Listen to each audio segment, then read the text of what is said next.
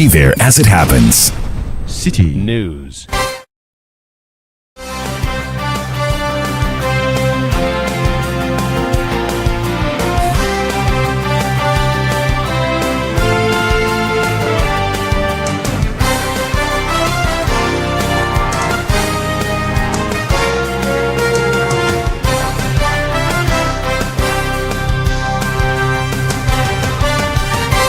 Hello, good evening. Welcome to Eyewitness News, coming to you live from our studios here in Accra. My name is Selorm Adonoo. Tonight I'm here with Akosia Oche. Coming up over the next 90 minutes.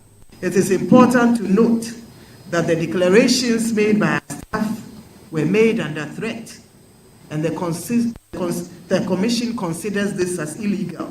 Those declarations, as well as others that have gone on in other constituencies, will not be upheld by the Commission. The Electoral Commission justifies recollation exercise for some parliamentary results and cancellation of some already made declarations amid rising tension. The EC says those cancelled declarations were illegal. Also coming up, President-elect John Mahama refutes claims by the Finance Minister that Akufo-Addo government is leaving behind a good and robust economy. He says his team will let Ghanaians know the true picture. Still on Eyewitness News. The Public Financial Management Act places a responsibility on the Finance Minister to act on behalf of the President to present the estimate before us. And there are severe penalties for not doing it. Minority in Parliament getting increasingly concerned over delays in laying the mini budget for the first quarter of 2025. Stay with 97.3 Citi FM for more on this and other stories on Eyewitness News. And in business, Ghana Stock Exchange market capitalization rises to 110 billion cedis. There is more business in the next 50 minutes. Eyewitness News is live across the country on all our affiliates and around the globe at Citi Newsroom. .com. Your comments are welcome via our WhatsApp line 0549-986-996. Indeed, we are live on Adrenaline Park 100.7 FM in Takwa, Beach 105.5 FM also in Takwa, also in Takrady, and also Sky Power 93.5 FM in Takrady, all in the Western region. In the Bono region, this is Greener 95.9 FM in Sunyani. In the Shanti region, Focus 94.3 FM in Kumasi, Orange 107.5 FM in Kumasi. In the Volta region, this is Reviver 99.3 FM in Tajevu, VOV Radio 95.7 FM in Hohoi. And in the Northern region, this is Radio Bimbila 91.9 FM. In the Upper East region, Quality 88.7 FM in Garu. Upper West, Tunsong 97.3 FM in Wa, and Jirapa 96.1 FM. You can follow me on X, formerly Twitter, at Selorm Adonoo. The hashtag, as always, is Citi Newsroom. Akosia gives us our very first story. Now, the Electoral Commission has reiterated that the parliamentary results for the Dome Kwabinya, Okankwe Central and Ablekuma North constituencies are invalid and unenforceable. Or speaking at a press briefing in Accra on Thursday, December 19, the Electoral Commission chairperson Jane Mensah revealed that the announcement of these results was made under duress, with electoral personnel facing threats and the destruction of ballot papers during the process. Jane Mensah stressed that the collation process in Okankwe Central and Ablekuma North failed to follow proper procedures, further rendering the results unacceptable. Though the police have been present at all the collation centers, the supporters of political parties have managed to gain access to the collation centers and have disrupted the collation process. This state of affairs occurred during our very first attempt to complete the collation process for the Ablekuma North and Okankwe Central constituencies. Due to the threats faced by our staff and the disruption of the processes, the Commission agreed with the Ghana Police Service to relocate the collation centers from the Ablekuma North and Okankwe Central constituencies to the Greater Accra Regional Office at Ridge. It was agreed that each political party would present 2 agents, and the political parties were notified accordingly. In spite of police presence at our regional offices, the collation process was once again disrupted, and taken over by political party leaders and supporters, and results declared for both constituencies without due process being followed. In the case of Okaikwe Central, a winner was declared without collating results from 31 polling stations. In the case of the Ablekuma North constituency, a winner was declared without collating results from 62 polling stations. This is unacceptable. It is important to note that the declarations made by our staff were made under threat, and the Commission considers this as illegal. Those declarations, as well as others that have gone on in other constituencies, will not be upheld by the Commission. Dear citizens, it is for this reason that the Commission met with the Ghana Police Service once again to re-examine the nature of the security arrangements being provided by the police. The Commission was desirous to protect its staff as well as its electoral collation process. Following the engagement with the police, it was agreed that the Tesano Police Depot would be used as the collation center for all outstanding collations, including Ablekuma North, Okaikwe Central, Tema Central, Domikwabenya, Selorm Adonoo, Ekwetia, Fantiakwa North, Suhum, Techiman South, Obuasi East, Ahafo Ano North, Ahafo Ano South West. The political parties were duly informed once again to nominate 2 agents per constituency to observe the collation process. Unfortunately, the collation process for only 3 constituencies were successfully completed, and they are Akwetia, Fantiakwa North, and the Suhum constituencies. The returning officers in all the 3 constituencies I have just mentioned were allowed for the first time to carry out their work without interference. This enabled them to complete the collation and declare the true outcomes of the election. That was Chairperson of the Electoral Commission, Jane Mensah. She also criticized the National Elections Security Task Force for failing to provide sufficient security for its staff during the collation of results. What it implies is that anyone who has force or might can take over the collation process and declare himself or herself as a member of Parliament or a president. As a country, we should not go down that slippery slope. We therefore use this occasion to humbly call on the President of Ghana, His Excellency Nana Addo Akufo-Addo, as well as our President-elect, His Excellency John Dramani Mahama, to intervene in this matter so as to ensure that the Commission is provided with the necessary security and protection to carry out its functions. We also call on the National Election Security Task Force to work together to put in place arrangements to ensure that our staff and our processes are protected and secured in a way that will ensure that the true outcomes of our processes reflect the will of the people as expressed on the pin sheets. So that was Jane Mensah, Chairperson of the Electoral Commission. Eyewitness News on 97.3 Citi FM. Now let's speak to security analyst Dr. Kwesi Enin. Of course, we know him on this particular matter and what this means for the general security of the country. Hello, good evening, sir. Welcome to Eyewitness. First time speaking to you after the election. First of all, what will be your general view on the security as the National Election Security Task Force put up on election day and a few days after?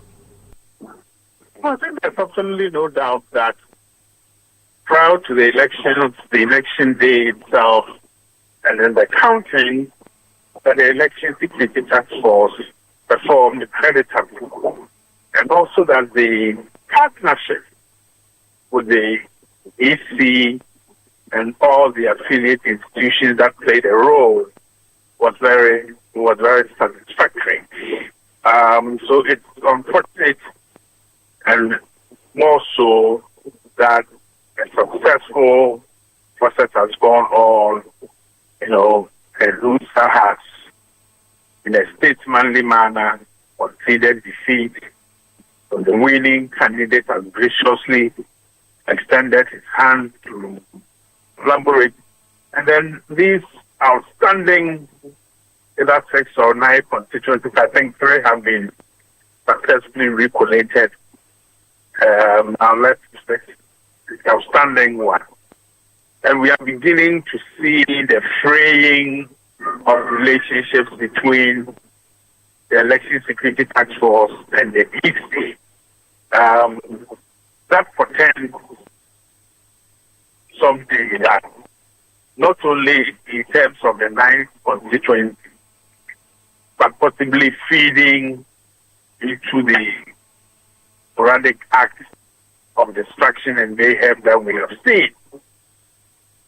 And I think this is where the issue of legality and intelligence assessment come in.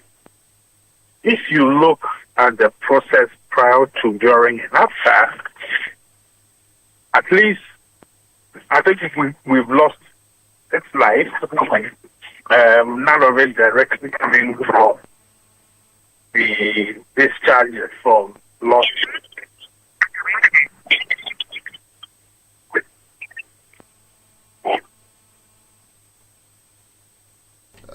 Doc, I think we're having a bad line to you. We'll try again. Hello, Doc.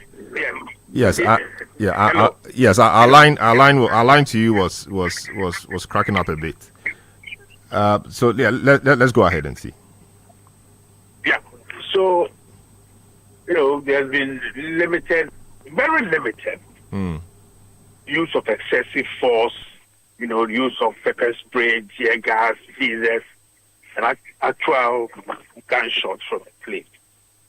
And I think the increasing availability of intelligence that both parties are amassing supporters and that there can be clashes and danger.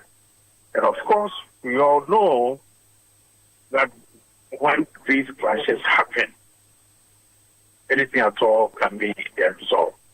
So we know also that from 2020 until 24, the South constituency, for example, had no representation. Okay, that is not the best option. But let's temper cool. Let the intelligence tell us that we can go ahead with the recount and save lives. And I see. The process that it must be done and done now, while tensions are rising, I think is dangerous and will mar the spectacle that we have achieved. I see. So your prescription is that given the fact that tensions are rising, we should halt the process entirely and pick it up again when the tensions calm down. Is that a prescription? That is the most appropriate step, because the available information, if we talk to people, that the tensions are still high. Law enforcement has managed to bring the random acts of indiscipline and chaos under control. But it looks to me as if the criticism from the EC towards the election security task force is rather unfair. But it seems to fit into an emerging pattern in which all law enforcement difficulties and even security policies oversight are being laid at the door of the election security task force. I think the defense minister has made a statement alluding to the fact that if there are criticisms relating to the election and the violence, then it will be the fault of the Inspector General of Police. And I think we should be cautious in bringing every single problem laying it on the election security task force. I think in situations of tensions and uncertainty, taking a step back and waiting for the tension to die down is a very acceptable and a sensible practical approach to ensure that lives are not necessarily lost their property. How about the concern or the school of thought that says that if you take long in doing the recollation and correcting the so-called defective declarations, the persons who have been declared winners would entrench themselves, get into parliament, embolden their supporters, and any time the recollation is then done and it goes against them, their supporters may pick up arms, which may be more dangerous than we are seeing now. What do you say to that? We must allow the law to work and prevent people from taking the law into their own hands. If a mistake has been made originally, we must allow the law to correct itself at the appropriate time where the lives can be saved and the property can. The fact that I have won, or I have supposedly won, due to a series of mistakes, that does not paint a proper picture. Nothing stops us from going back and getting a much more holistic picture to declare a victim. After all, the essence of going to the polls is to ensure that the voice of the majority comes out. So let's not forget that this is a major logistical operation that the EC and the Security Task Force carried out. Will they be mistakes? Yes. And so far, those mistakes have been minimal. But with the tensions arising, if we don't handle those petty mistakes well and use the knowledge that we have properly in terms of prevention, then we will escalate it. And here, the manner in which the law is applied in a fair, neutral manner becomes key. So my suggestion, both to the EC and the elected councils, is to continue having that partnership and collaboration, sharing the information, and not necessarily trying to push each other in making a decision and taking steps that will not inure to the benefit first of the constituent, but can lead to a much more wider set of disturbances. I see. Listening to the EC boss, Jean Mensah, she actually points fingers at the election security task force, saying that they failed to provide protection for their coalition staff. That's why a lot of these things are happening. Generally, of course, you've also said that the coalition, the task force has done quite a good job. But it does appear that the recent events are giving them a bad name because they have failed, as it were, to ensure the sanctity of the process. Is that a view you share as well? Well, I think it's unfortunate. I don't know the nitty-gritty as to what has happened between these two institutions. But the original initial partnership was successful. It was trusting, it was transparent, and it was very supportive of each other. When security people have intelligence assessment that points to something that can be dangerous, I think it is also their responsibility to give an assessment based on the knowledge that they have. And if the initial assessment are that it will be dangerous to continue the process, so then it will be unprofessional for them to continue. Look, I understand the emotional desire to find our MP, let him come to Parliament on the 7th of January or on the night leading to the 7th, be sworn in, and all of us as Ghanaians are happy. But it's not always that these processes, the democratic processes, end or have a happy ending, like the things that are outstanding constituencies. It is better to wait, knowing that those constituencies will eventually have an ending, but we've got to bring the tensions down. And there are lots of institutions in this country that can start the process of bringing the tensions down. What I am asking for is that the documentation and the ballot boxes are secured at a place where nobody can tamper with it. So that when the votes are counted eventually,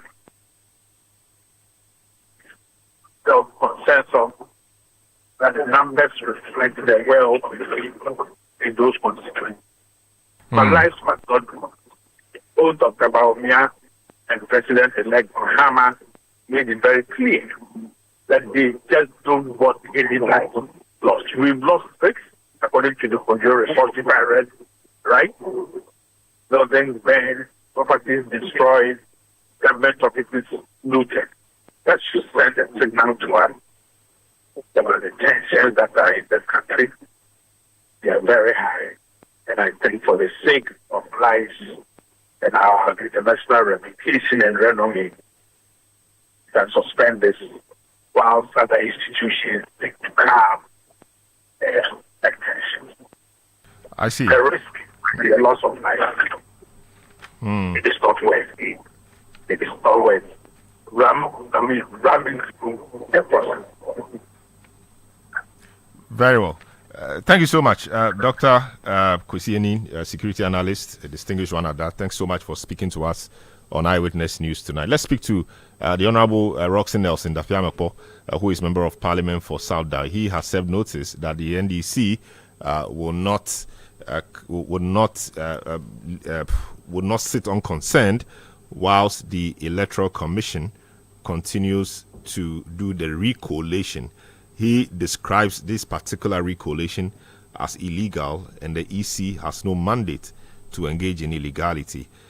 Working the lines to get him back so we can hear him speak on the matter. Eyewitness News on 97.3 Citi FM. A number of your messages that have come through to us. Alasan Hamdan from Yoini South says it's disappointing to see that the EC has not been truthful to themselves. In 2020, Jean Mensah stated categorically that after the collation, any aggrieved person should go to court. But in 2024, that aggrieved person can demand to be recollated, you ask. I have Roxy Nelson Dafiamepo back on the line. South Dai, a member of Parliament on the ticket of the NDC. He says that what the Electoral Commission is engaging in is illegal. Let's seek some clarification from him. Hello, good evening, sir. Welcome to Eyewitness. But before we get into the substance of the matter, I just spoke to Dr. Kwesi Anin, who says that the process must halt.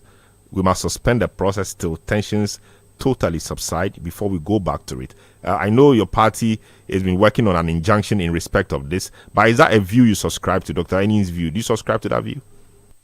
What basis is Dr.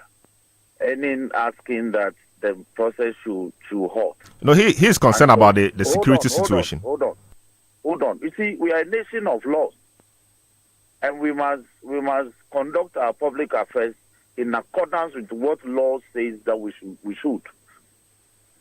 Our electoral laws are very clear regarding what should be done in times of disputes like this. The framers of the law anticipate things like this, so they made provision. If you read Regulation 39, Sub-Regulation 2 and 3 of CI 127, they state clearly how results should be declared. Now, if after declaration, any person has issues with the manner, the nature, the character, form, or pattern of the declaration, the law says proceed to the High Court in pursuance of Article 99, Clause 1 of the Constitution.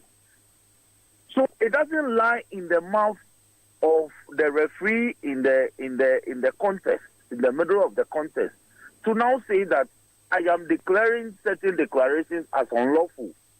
The power to declare those declarations as unlawful or illegal doesn't lie with the Electoral Commission. They don't have that administrative power. It is the judicial body, a creator of the Constitution, which is inherent with those powers to so utilize. Now, imagine that the Electoral Commission gets up today and says that the presidential results that I have declared days ago, upon hindsight, I am reversing those declarations to do recollation. You know the chaos that will engender on us. And let me ask this: how come the Electoral Commission accepts presidential collation results from this same constituency? Because these ones, it has argued, were not disrupted. Those ones were not disrupted. It is not true. It is not true. It is never true. Because it was the same collation process. It was the same collation process that put together the presidential results, the same collation process, and the same personnel that put together the parliamentary results. The personnel were not different. So if she accepts presidential results from these collation centers, how is she able to say that she will not accept declarations made by her own officers? But Honorable, and beyond the disruption, not you know that not all 276 constituencies were declared before NDC was declared winner or President Mahama was declared winner. There were some outstanding constituencies the EC said, could not collate because of various reasons, and that if you even put all the votes together and gave the votes to Baumia, he was not going to cross the line. It is not true. It is not true. It is not true that what? Yes, it is the EC officers who delayed in declaring those results. Because as soon as the presidential results were collated, the parliamentary collation followed. So it was the case that a lot of the EC officials delayed in declaring the results, which therefore compelled people to mass up at the various collation centers. It was the belligerent decision not to announce the results as collated. Now, I insist that the term recollation after declaration of results has no place in our electoral law. Only a court of law can do that. How is this difficult for the Electoral Commission to accept? When the same Electoral Commission in December 2020, actually specifically on 31st December 2020, the EC Commissioner wrote to my then minority leader, Haruna Idrisu, in response to a petition that we had authored to her office, which she acknowledged on the 23rd of December. Paragraph 30, she says that recollation is permissible before declaration. But after declaration, there's no place for recollation in our laws. So if you want recollation, with all due respect, only a court of law can order that. So how is he departing from that position, which is in conformity with the law at the time? And it is strange that Damongo constituency was declared in a similar manner. She's accepting it as a regular result. Karaga was declared in a similar manner. She's accepting it as a regular result. Savelugu has been declared in a similar manner. She's accepting it as a regular result. Tolong was declared in a similar manner. She's accepting it as a regular result. However, the 9 constituencies that she has listed, apart from Selorm Adonoo, which was not declared, I agree, all the other 8 were properly declared by her own officials. But even though she says that they were declared under duress, and in some instances, hold on. There were many polling stations which were not part of the coalition. You are a trained lawyer as I am. Who determines whether a matter was conducted under duress or not? Is it not a court of law? Shouldn't evidence be led and recanted?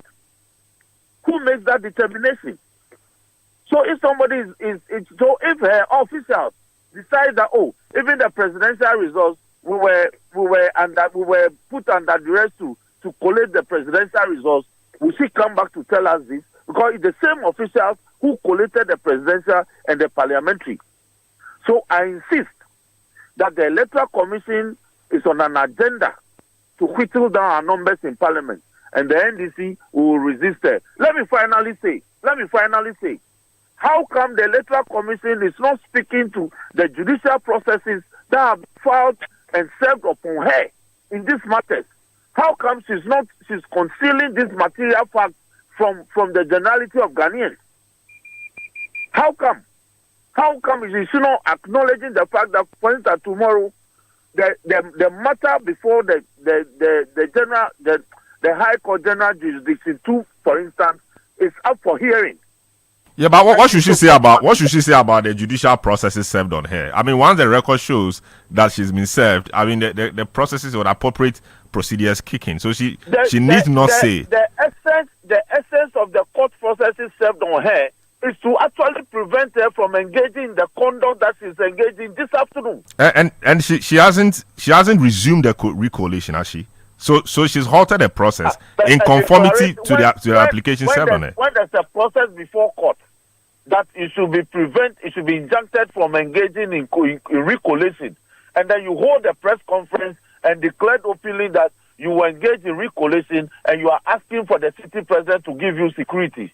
Since when has the president offered the security in order to do collation of results? Except, of course, she's engaged in an illegality. I see, but I will resist lawfully. I see, but talk to me about Kankwe Central. The allegation or the case is that just about 78% of the pink sheets were collated and a winner was declared. And it's not a case that if you put together the outstanding polling stations, still the person who was declared winner wins. That was not it at all. Will you pass this as proper, recollation and declaration? The case of our candidate in Okaikwe Central is that those 31 pink sheets were fabricated. So they resisted their inclusion. That is why my brother Yabuama is in court. Are you aware Yabuama is in court in this matter? Exactly. So let the court make determination in respect of these issues. It is not in the province of the Electoral Commission to be validating or invalidating these matters after declaration. Only a court of law with a court of competent jurisdiction can do that. I see. Thank you so much, Roxanne Nelson Dafamako. We hope to see how the coming days will look like in respect of this. But I think the call is that let's exercise some restraint so that the peace we have is preserved. Eyewitness News on 97.3 Citi FM. More messages you've sent to us. LB Joshua from Afienya. Let me take this one. Email Akwensivi in Akwamufi. It says EC boss wants to bring chaos. If that is the way to go, then she must recollate. We have seen absolute peace after the election. So what is she doing against Alex Doing in London? Says all NDC candidates declared as winners will be sworn in. Whoever has an issue with the declarations can go to court. Akapol Junior Hafumim says, I urge the EC to be firm in her decisions. The chairperson must not kowtow to whims and caprices of the NDC who threaten to sack her and other members. Generation will surely exonerate her for her fair and firm decisions. Nyodik Ni Atukwe Kwe in Accra says, please, the EC should end her term on a good note. What is more illegal than recollating according to the law? Does she have the power to change the declaration made? Why didn't she add Damongo constituency as well? And the positions she had on Teshiman South from last 4 years. What has changed today? Can these be settled at court anymore? Interesting days ahead before January 7, you say. Daniel Akpaliok from Standema says, Ghanaians have rejected the MPP, yet the Electoral Commission headed by Madame Jean Mensa is still trying to protect them. Madame Jean Mensa knows that she has not gotten the powers to nullify the declaration of an election, regardless of whether or not such declaration was made under threat. The courts have the powers to do so. Brilliant Fahad Ibn Okujeto Central Tong constituency says, I mean, Fahad Ibn, your name, I don't understand, but we take it away. The EC commissioner or the chairperson of the EC, Jean Mensah, has no power to nullify declared results, whether under duress or not. It's only a high court that can do that. In any case, it's Jean Mensah, the returning officer of parliamentary elections in Ghana. Jean Mensah is a threat to Ghana's democracy. You say, Nene Gaddafi in Yilo Krobo says, the posturing of the Electoral Commission chairperson is not dancing to the peace of this country because there's an injunction application filed by the NDC. So why all this? The heavy voices should come out to let peace prevail. Ghana deserves better. May God bless our homeland Ghana and make her bold, great and strong. You say.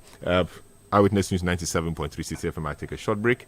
Return with more, including what is happening in Parliament. The NDC in Parliament is growing increasingly worried that the mini budget is delaying. The majority says it will be late tomorrow. The NDC says so the same thing they said from Monday, and tomorrow is Friday. They are concerned. Don't go away. Eyewitness News. Be there as it happens.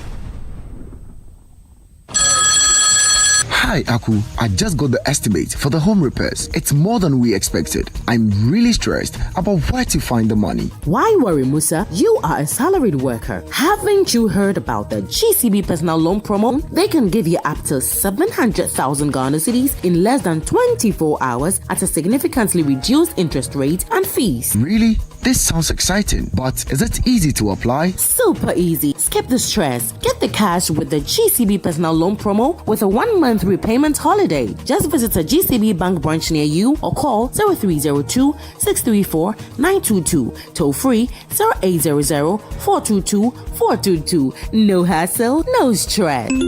Wow, I just got a notification. The loan is already in my account. That was fast. Skip the stress and get the cash you need with GCB personal loan. Visit a branch near you today. Terms and conditions apply. GCB Bank, your bank for life. Auntie can cook. Dado. Me did in an armament ground. But Dado spices here what Jenny say. Nanya good taste. If we say you're the natural spices and I you want all purpose, stew, noodles, curry and nutmeg and a jollof. Dado spices. Taste yummy. Taste lemon. Dado spices. Taste gay inside. FDIG a jedi in Kratoya too.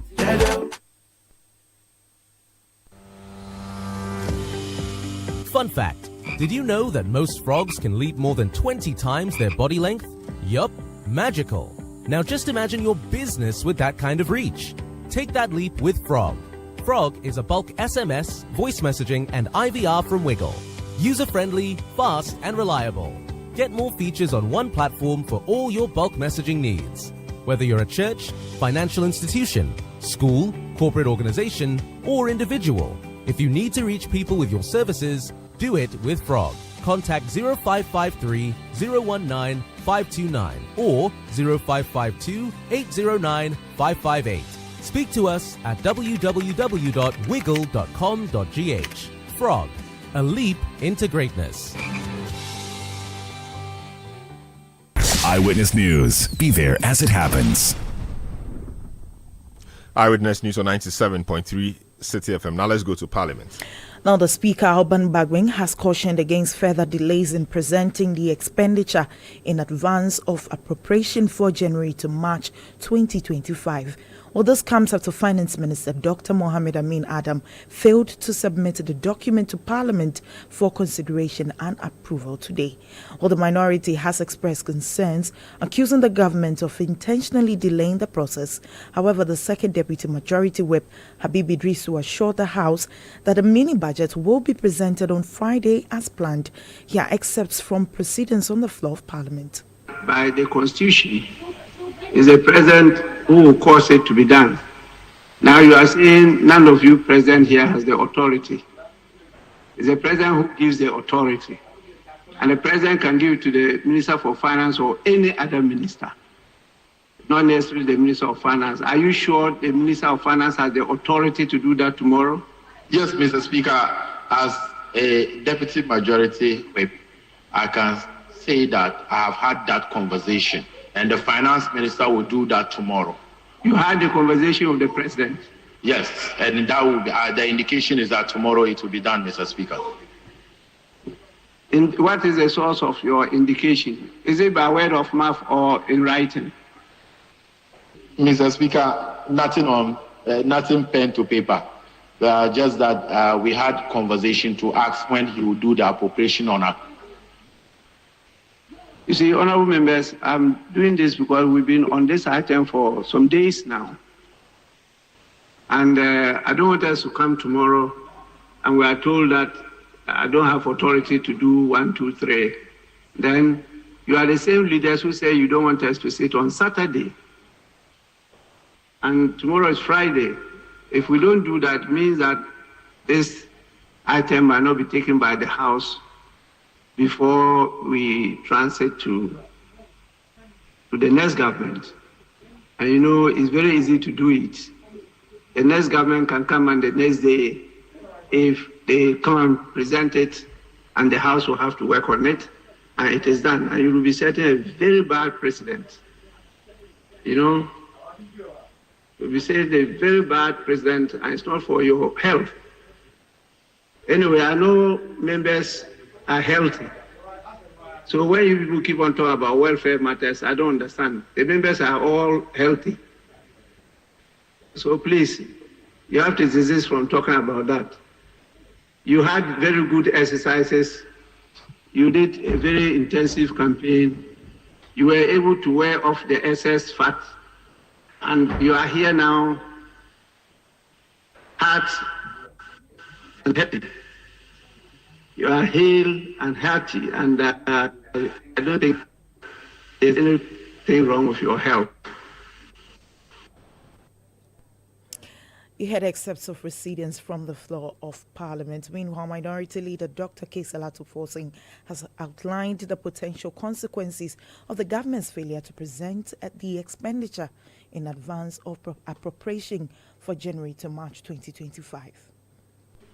Mr. Speaker, I also want to convey to the Minister and His Excellency the President that the Constitution places an obligation on the President to present to this House before the year ends expenditure in advance of appropriation for the first 3 months of the year 2025. And this is Article 80. Mr. Speaker, aside that, the PFM Act, the Public Financial Management Act, places a responsibility on the Finance Minister to act on behalf of the President to present the estimate before us. And there are severe penalties for not doing it. There are severe penalties for not doing it. Severe penalties. So I just want to caution those in office to be aware of the constitutional provision and also to be aware of the PFM Act, because it is for a reason why the Constitution provides for expenditure in advance of appropriation, and the PFM went further to even criminalize it for failing to present expenditure in advance of appropriation. The Speaker, I so submit. That was Minority Leader Dr. Selorm Adonoo. Now, President-elect John Dramani Mahama has described claims by Finance Minister Dr. Mohammed Amin Adam about handing over a resilient economy as a representation of the true state of the economy. Dr. Amin Adam has asserted that the current economy reflects significant recovery despite global and domestic challenges in recent years. However, John Mahama dismissed the assertion during a courtesy visit by the Canadian High Commissioner to Ghana, Mariam Montrat. Debt on that area has ballooned. The energy sector needs urgent surgery. Urgent surgery. Otherwise, it can collapse everything. And so when the Minister of Finance says the economy is turning around, you have a 2.5 billion debt. Your bailout is only 3 billion. And so 2.5 billion debt sitting and breathing, and you say the economy is turning around, that alone can crash everything that has been done. And so they want to create a more upbeat, story about the economic management before they leave office. But like I said, we're going to open the books when we come and let Ghanaians know what the true situation is. Because if Ghanaians understand what the true situation is, then they will understand some of the measures we have to take to bring things back to normal. Yeah. And so would expect, if we can cooperate with you. That was President-elect John Dramani Mahama. Now, technology analyst Maximus Ametogo has urged the Electoral Commission to adopt advanced technology to enhance the collation process during general elections. Now, while the 2024 elections were widely regarded as peaceful and successful, challenges in the collation process have been noted. Speaking to City News, Maximus Ametogo suggested leveraging digital interfaces to streamline results collation. All the parties have their own setup for collating the results that they get from the various polling states. But a lot of the problems happen when pink sheets are moved from polling stations to collation centers, and that's where a lot of the parties complain that figures get changed and a lot of things get altered on the pink sheet. So technology can only solve that if you design a process whereby the biometric verification devices that are used to verify the voters can also have an inbuilt system whereby at the end of the collation and when the results are counted, then they should be able to input those numbers onto the same BVDs and then get those results verified by the party agents, so they can still scan their fingerprints, so that they verify that result. And the pink sheets right at the polling station can also be scanned into an EC centralized system where all the party agents and observers and other stakeholders will have access to the same dashboard. You just heard technology analyst Maximus Ametogo. Now, a juvenile court in Accra has sentenced Bishop Salifu Amako's 16-year-old son to 6 months at the Senior Correctional Center for manslaughter. The teen, driving without a license, caused an East Legon accident that killed 2. Initially pleading not guilty, he later admitted guilt. Now, the court further ordered him to report to probation officers weekly and barred him from drive until 18 years. His parents were fined 6,000 cedis each and must pay 8,000 cedis for damages, including a destroyed light pole. Following the court's proceedings, a grandmother of one of the victims, Justin Agbenu's, expressed her thoughts on the matter. All the parties have their own setup for collating the results that they get from the various polling states. But a lot of the problems happen when pink sheets are moved from polling stations to collation.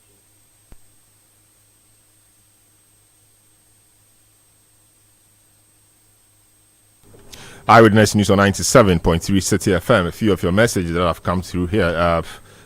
Joe in Nakbanduri says, if the EC chairperson thinks she is right, why did she not allow journalists to ask her questions after the press conference? Honorable Ayuba from Yagbon, North Gonja District, says, in the Savannah region, says, in fact, a lawyer like Madam Jean Mensah should have been aware that it is the High Court that is mandated to deal with such instances and not the Electoral Commission.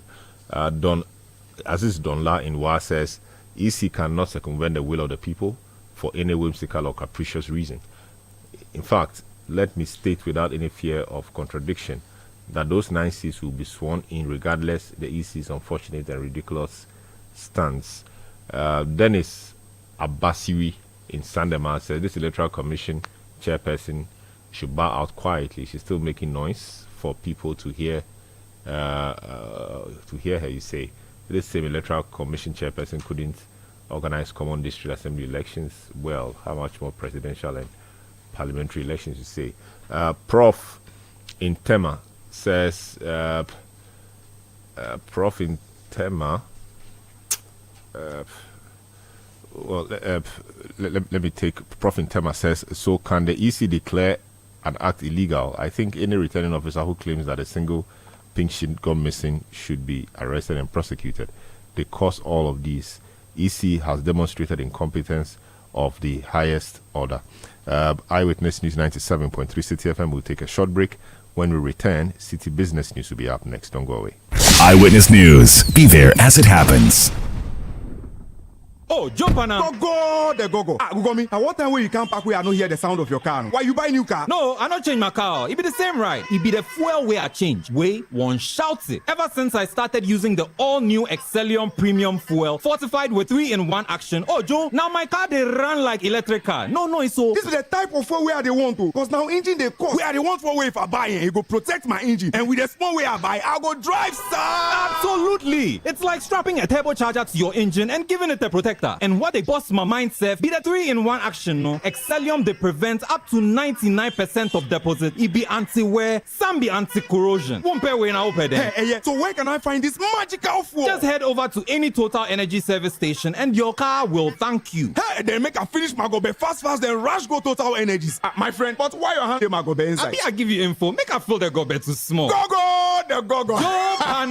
Selorm is designed to protect your car engine, decrease fuel consumption, and lower CO2 emissions. Don't say fuel, say Selorm. Choose Selorm, choose quality.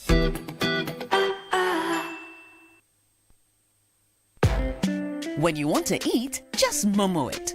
Tired of the long queues in the supermarket? Pay with Momo. When you really want that beautiful new blouse, just Momo it. When you want to get a trim and get fresh to impress you know who, just Momo it. When you need to pay your utility bills and domestic staff, Shani Momo. When you want to send love to the family back home, send some Momo. Join the millions of MTN Momo users all over Ghana and live life the brighter way. So just Momo it. MTN. Caro, I said arrange the lace and the actual okay. Kilo day. Ghana number. Hello, Oga Kwame. Hey, Madam Kemi. I've received the fabrics and the colors are really nice. Look, I am going to send you your money. Same driver, same station, Abi? No, I'm using my bank, GCB, to transfer the money. Bank transfer, okay. The rate will be high, yo. Oh, not at all. GCB Bank will transfer in cedis and you will receive it in Naira. I don't see Amo. This is your GCB now, Baba. Transferring money across Africa is now cheaper, faster, and safer at GCB Bank with PAPS. Available in Nigeria, Ghana, Sierra Leone, Liberia, Guinea, Gambia, Kenya, Malawi, Djibouti, Rwanda, Zambia, and Zimbabwe. And remember, PAPS is now available on the GCB mobile app. Call toll-free 0800-422-422 or visit any GCB branch for more information. This is a GCB and PAPS partnership. GCB, your bank for life. Eyewitness News. Be there as it happens. Get the details. Every significant financial transaction, every market movement, and all the policies that affect your business. City Business News. Be informed. Time now for City Business News on Eyewitness News. I am Akusia Oche. The details. The Ghana Stock Exchange has witnessed an overall market capitalization surge to 110.12 billion cedis, representing a 30.35 million Ghana cedis increase from the preceding session. However, this growth was accompanied by a significant dip in trading activity on the market. Here's more in this report.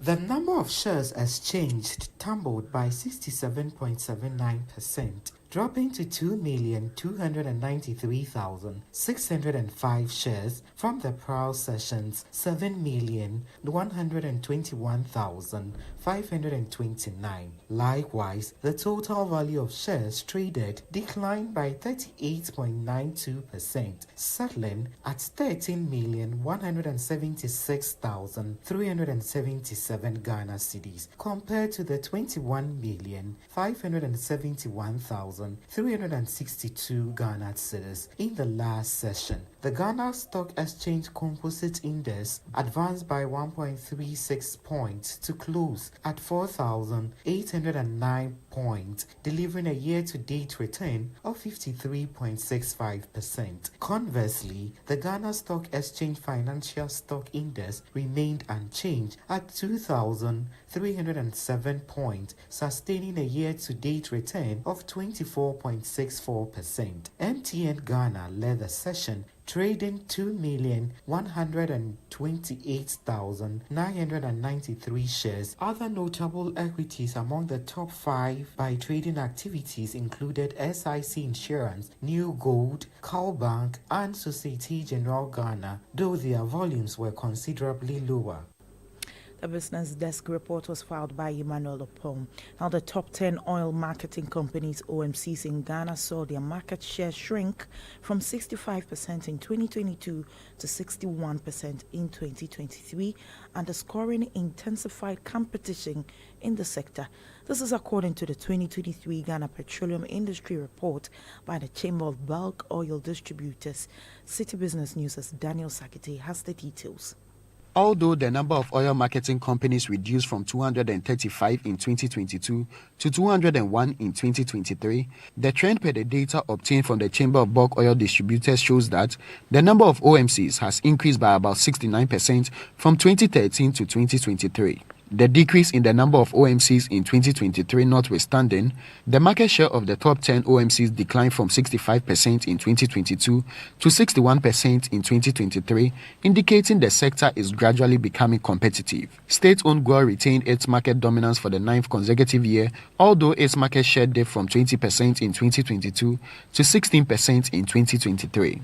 This decline was primarily driven by reduced diesel and petrol sales, which dropped by 3.5% and 6.5% respectively. Meanwhile, Star Oil climbed the ranks, moving from 5th place in 2022 to claim the second spot in 2023. Its market share grew significantly, rising from 2.5% to 8.4%. Other major players including Vivo Energy, Total Energies, Zen Petroleum and Puma Energy experienced a loss in market share during 2023. Emerging players like Benab, Dukes, Gaso, and Frames recorded gains, with Dukes Petroleum notably displacing Petrosol from the top 10 OMCs. On the infrastructure front, the number of retail outlets has seen a steady growth, increasing from a little above 3,000 in 2014 to over 5,000 in 2023, representing a 66% rise. Daniel Sakite filed that report. Now, the producer price inflation rate for the construction sector between October and November 2024 showed a year-on-year increase of 31.1% compared to November 2023. However, when compared to the rate of 31.5% in October 2024, the month-on-month change in November 2024 reflects a slight decrease of 0.4 percentage points. Daniel Odromensa has filed this report.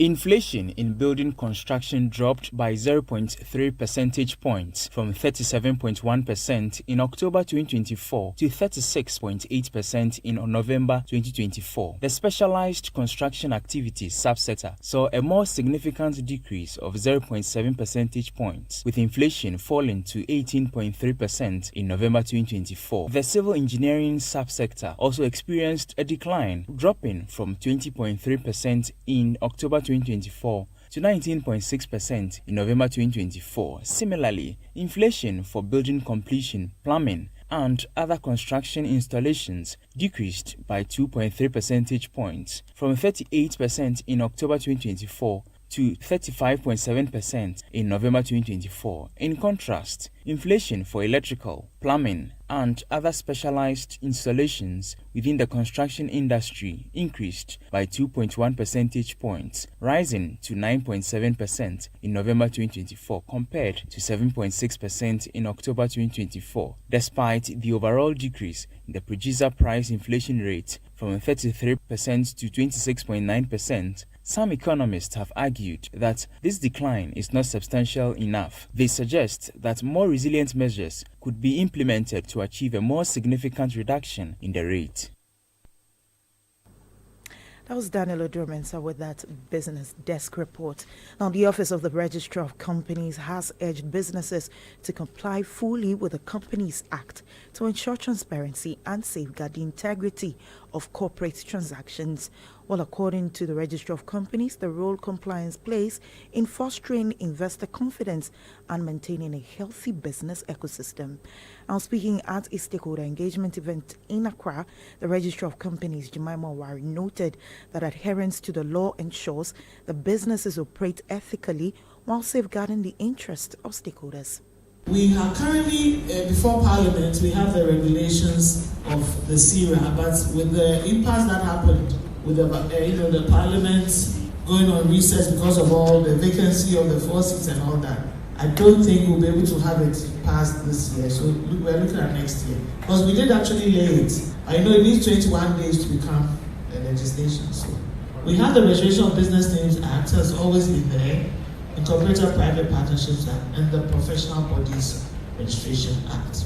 And the Act is now saying, when you see any company just ending limited, Limited, and you see a certificate with that kind of ending, you should know that that company has not filed its annual returns, has not complied with the Act. And if you are a bank or if you are an insurance company and they are coming to get a license from you, and you see any such name, please send them back to the office. Because clearly, they are not in good standing, they've not filed annual returns, they've not done the update they're supposed to do. That was the Registrar of Companies, Jemima Onware, wrapping up the Thursday edition of the City Business News on Eyewitness News. I'm Makosi Alchedu. Stay with us. Up next is Point Blank. Detailed news, unparalleled coverage. City News on 97.3 FM.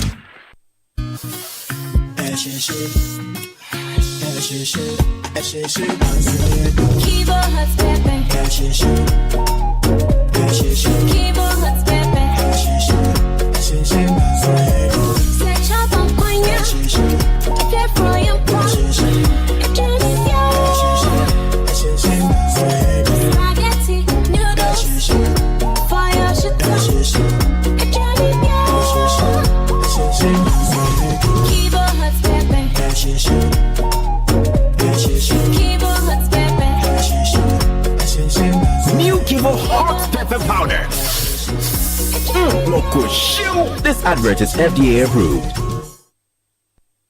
Oh, jump on now. Go, go. Go me. At what time will you come back where I don't hear the sound of your car? Why you buy new car? No, I don't change my car. It be the same ride. It be the fuel way I change. Way one shouts it. Ever since I started using the all-new Selorm premium fuel, fortified with 3-in-1 action. Oh, Joe, now my car they run like electric car. No, it's so. This is the type of fuel where they want to. Because now engine they cost. Where they want for way if I buy it, it go protect my engine. And with the small way I buy, I go drive, sir. Absolutely. It's like strapping a turbocharger to your engine and giving it a protector. And what they bust my mind, Seth, be the 3-in-1 action, no? Selorm they prevent up to 99% of deposit. It be anti-wear, some be anti-corrosion. Won't pay when I open them. Hey, so where can I find this magical fuel? Just head over to any Total Energy service station and your car will thank you. Hey, then make a finish my gobe fast, then rush go Total Energies. My friend, but why your hand my gobe inside? I give you info. Make a fill the gobe too small. Go. Selorm is designed to protect your car engine, decrease fuel consumption, and lower CO2 emissions. Don't say fuel, say Selorm. Choose Selorm, choose quality. When you want to eat, just Momo it. Tired of the long queues in the supermarket? Pay with Momo. When you really want that beautiful new blouse, just Momo it. When you want to get a trim and get fresh to impress you know who, just Momo it. When you need to pay your utility bills and domestic staff, Shani Momo. When you want to send love to the family back home, send some Momo. Join the millions of MTN Momo users all over Ghana and live life the brighter way. So just Momo it. MTN. Eyewitness News. Be there as it happens.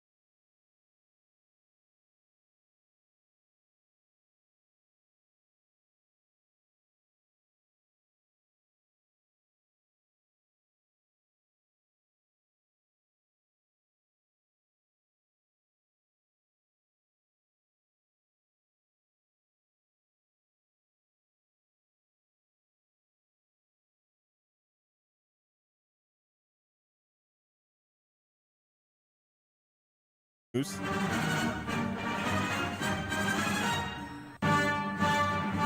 On Eyewitness News tonight, on Point Blank tonight, we'll look at the subject of education once more. Education is such an important area.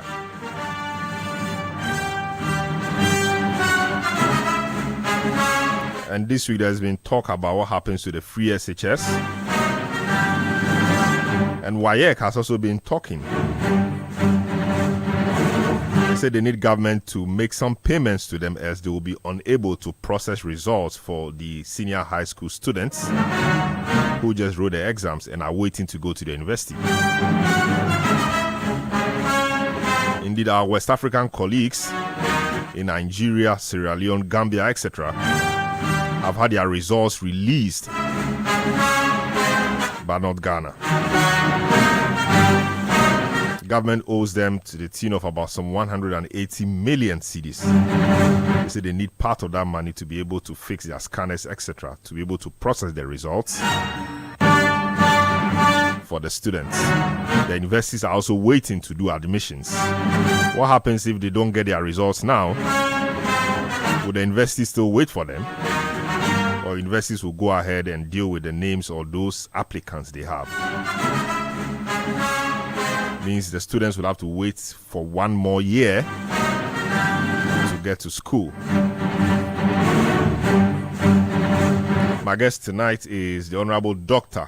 Clement Abbas Apak. Dr. Apak, good evening. Congratulations once more. Welcome to Point Blank.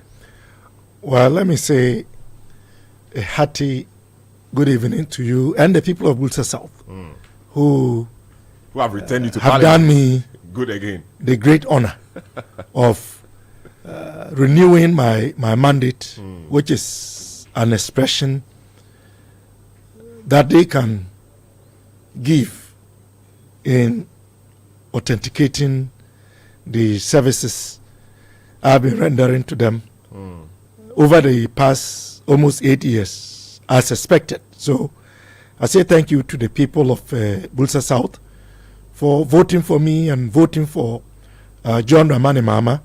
And of course, my campaign team deserves a lot of accolades, led by our venerable chairman, Chairman Caesar Akenkang, and everyone who played a role to ensure that we secured victory in Bulsa South for the NDC and contributed to the election of President-elect John Dramani Mahama. So Bulsingamena, Mate Wamena Jiam, Apusini Junoi, Alayuenka Nibika Dr. Paklenda, Manyeni Jiam, Nele voted me, Nibika Pak, Ali John Dramani Mahama.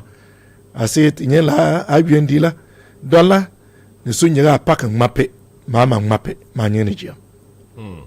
I see. And it does appear that this was your biggest margin since the 1996 election. You got some 57.25%, is that correct? Well, in terms of the percentage, I think it is about 63%. Oh, I see. It's about 63%, which clearly is an improvement over the last two cycles. And I'm excited about that. I see. Yes. So what have you been doing right? Because even on the party ticket, the intra-party one, you went unopposed. Yes. And so it means you certainly have been doing something right. What have you been doing right in the constituency? Well, I think it all has to do with my attitude, my demeanor, and the fact that I've been very open, transparent, and sincere with the people of Bulsa South. So I don't go making promises that I know I cannot fulfill. And if and when people make requests to me, I evaluate the request, and if I can help, I do. So I think it is largely because the people of Bulsa South have believed and continue to believe that I would always do my best to ensure that I meet their expectations, even if not enough. I always do my best for them. And I think it is also because I've been sincere with them, I've been honest and transparent with them, and they have come to understand that APAC would always do his best. And when I cannot, I am able to explain to them why I've not been able to meet some of their needs. So it is become what I would describe as a symbiotic relationship between myself and the constituents. And I think that that is probably why I've been given the mandate for the third time in a row, and for the second time in a row. As far as primaries are concerned, I went unopposed. Yes. Okay. Great. All right, so now let's get to it. You're coming from Parliament. There's a big discussion in Parliament about expenditure and advance of appropriation. Why does it appear that it's getting challenging, getting the governing side or the government, to lay before the House this thing people call mini budget to deal with the first quarter of the year? Why is it appearing so difficult? Because we heard on Monday that to be laid the following day or Wednesday. Today is Thursday, and it's still not been laid. We're hearing about tomorrow and possibly Saturday. What was the matter? Well, I wish you had posed this question to somebody from the MPP side in Parliament, or for that matter, the leader of the House. And you are right. Today is Thursday. Tomorrow is Friday. It had been our hope that, as we call it, the mini budget would have been passed by now to take care of affairs of state between January and March. You see, this is a statutory requirement. It is something that is a creature of law, that it ought to happen. And from all indications, and I'm just coming from Parliament, it is clear that the MPP side very strangely seems to think that it can use what Ghanaians expect all of us to do in the service of the nation as a bargaining chip, somehow to try and get us to agree to a number of proposals that they want us to deal with, including the tax exemption. And I don't think that that is acceptable at all. How do you come to this conclusion? I'm using the mini budget as a bargaining chip to get you to agree to some of the proposals you are bringing. How did you get to this conclusion? Well, I say so because this is the fourth day that we expected the minister to just simply appear in Parliament, stand up, and then bow in recognition of what we know he ought to do. But they say he's been busy with his transition team. He's not been to Parliament at all. Well, we have not seen him. And in any case, this wouldn't be the first time that a bill or a paper will be laid in the absence of the substantive minister. It has happened before. So it is the posture and the pronouncements. For example, earlier today, whilst we were in Parliament anticipating that finally the Minister for Finance would come and lay this mini budget, it wasn't happening. And there was a lot of discourse going on amongst us. Then at some point, the matter of another bill that needs to go for the third reading came up. This has to do with climate, a bill related to climate. And so in that process of trying to get something going, the leader of the House,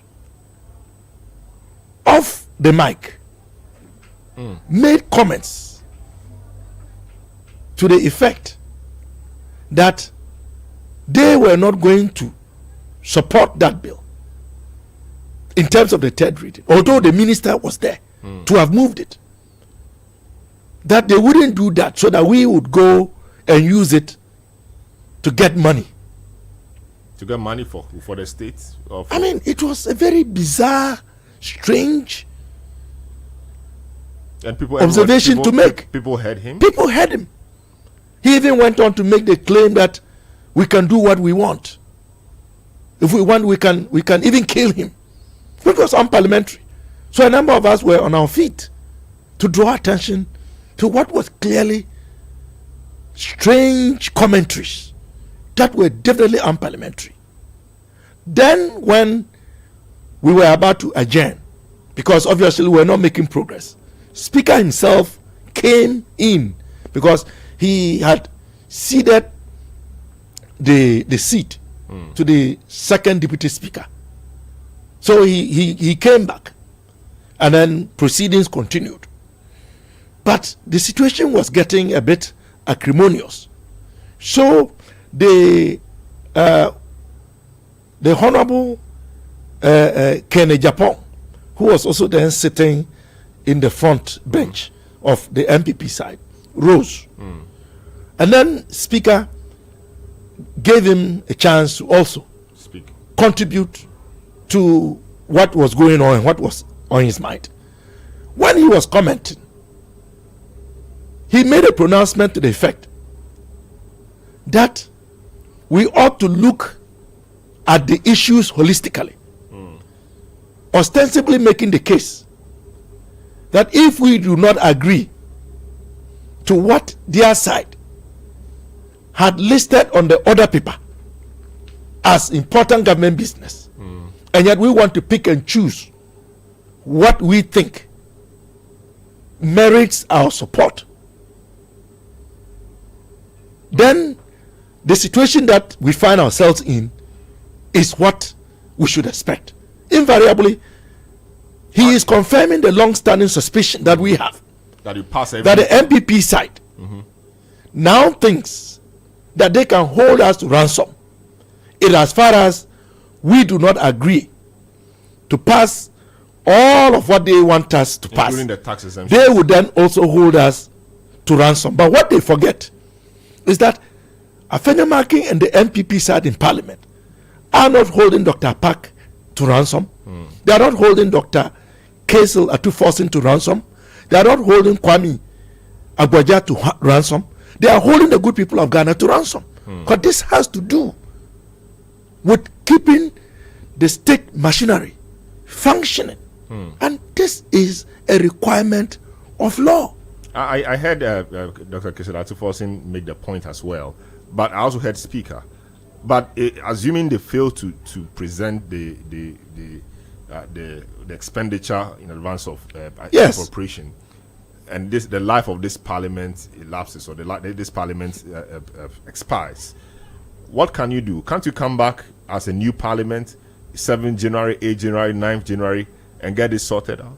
Well, it is going to create a very unusual situation. But if they choose to continue to be belligerent in meeting their responsibilities as far as Ghanaians are concerned, clearly they would have to face some sanction. They must be punished for this, whether they like it or not. They are still the governing party. They are in charge of government business, and they ought to do what is expected of them. This cannot be acceptable. This cannot be tolerated.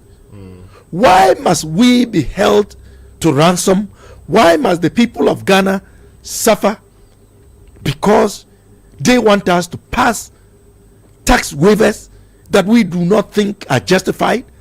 Why should we be given a colossal amount of over $400 million to companies which do not deserve tax waivers?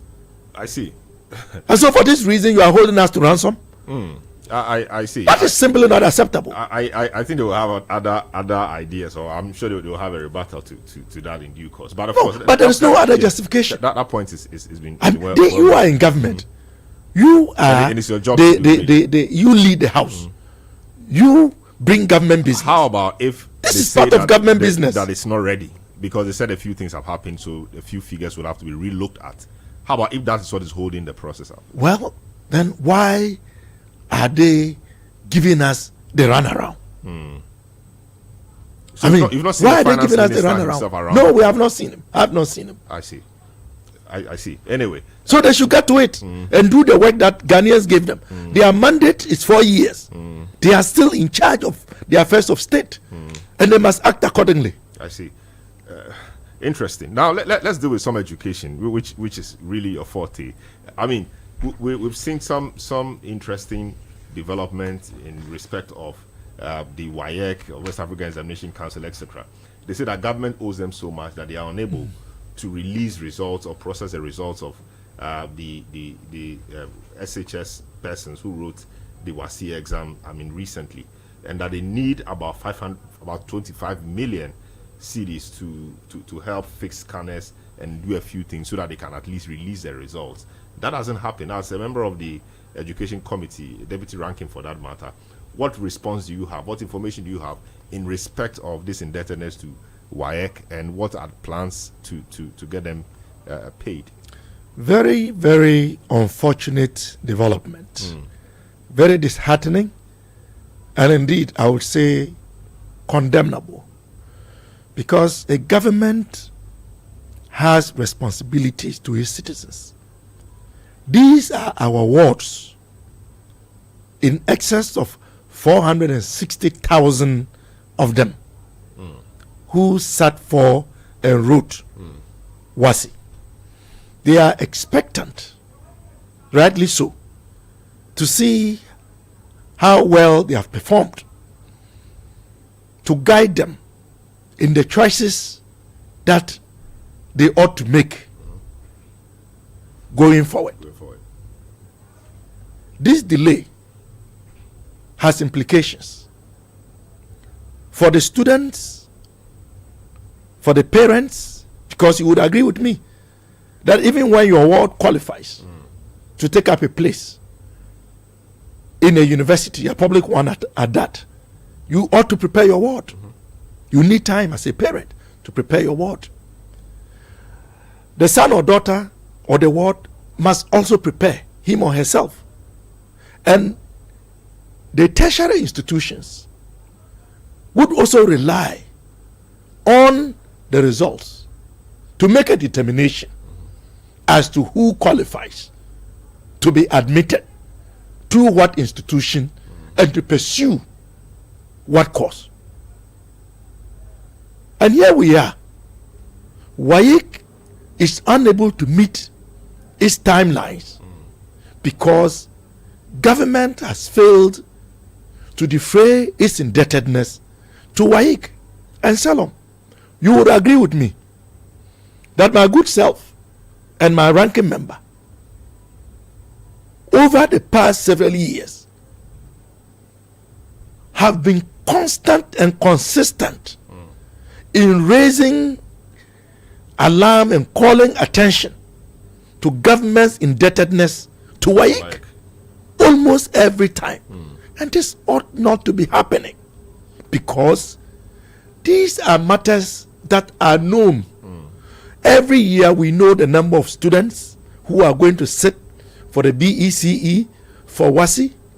Government has a policy of absorbing the fees of these students, and WAEC definitely reminds government of these obligations. Their portion of it. So why government has to wait all the time for us to get to a crisis point before it does the needful begs the question. So as I'm speaking to you, yesterday the ranking member Peter Nochu made a statement on the floor of Parliament, drawing the attention of Mr. Speaker to this potential crisis staring us in the face, largely because government is failing to meet its obligations to WAEC, and WAEC is therefore incapable of doing what it ought to do and to publicize the results. After the ranking member had made the statement, the Speaker asked the Minister for Education to come back to the House today to apprise us of what he was doing to address the situation, so that WAEC can proceed to do the needful in terms of completing what WAEC describes as post-examination activities. Right before I left Parliament, I had a tete-a-tete with my ranking. And the information we are receiving is that government has issued a check for 25 million Ghana cedis to WAEC. But we are talking about an amount of 118 million Ghana cedis. Why you give only 25 million Ghana cedis? Clearly, this is not even half. It's a drop in the ocean. They say they need that $25 million to pay their technicians and to work on some scanners and then make some other financial commitments. So it does appear that they themselves would have suggested that, okay, you give us 25 million, we can work with it, whilst you work to give us the rest. No, that is not it. Because you see, they have to pay to repair the scanner, as we talked about. They also have to make a deposit. And they have to procure what they call a bigger bandwidth to upload the results. The results, yes. And they have to pay exam officials to scrutinize the scripts for the irregularities before decisions are made to implement what is the correct results before it is released. So from the information that we are picking up, this amount is woefully inadequate. In fact, they will require an additional 35 million in addition to the 25 million to be able to do the barest minimum.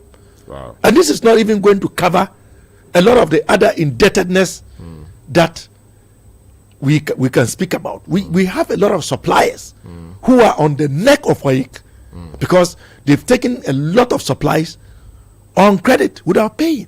Wow. So, whilst government claims to have made an effort, I'm sorry to say that the 25 million is woefully inadequate. It's not going to change the current arrangement at all. I see. Now let's move on quickly.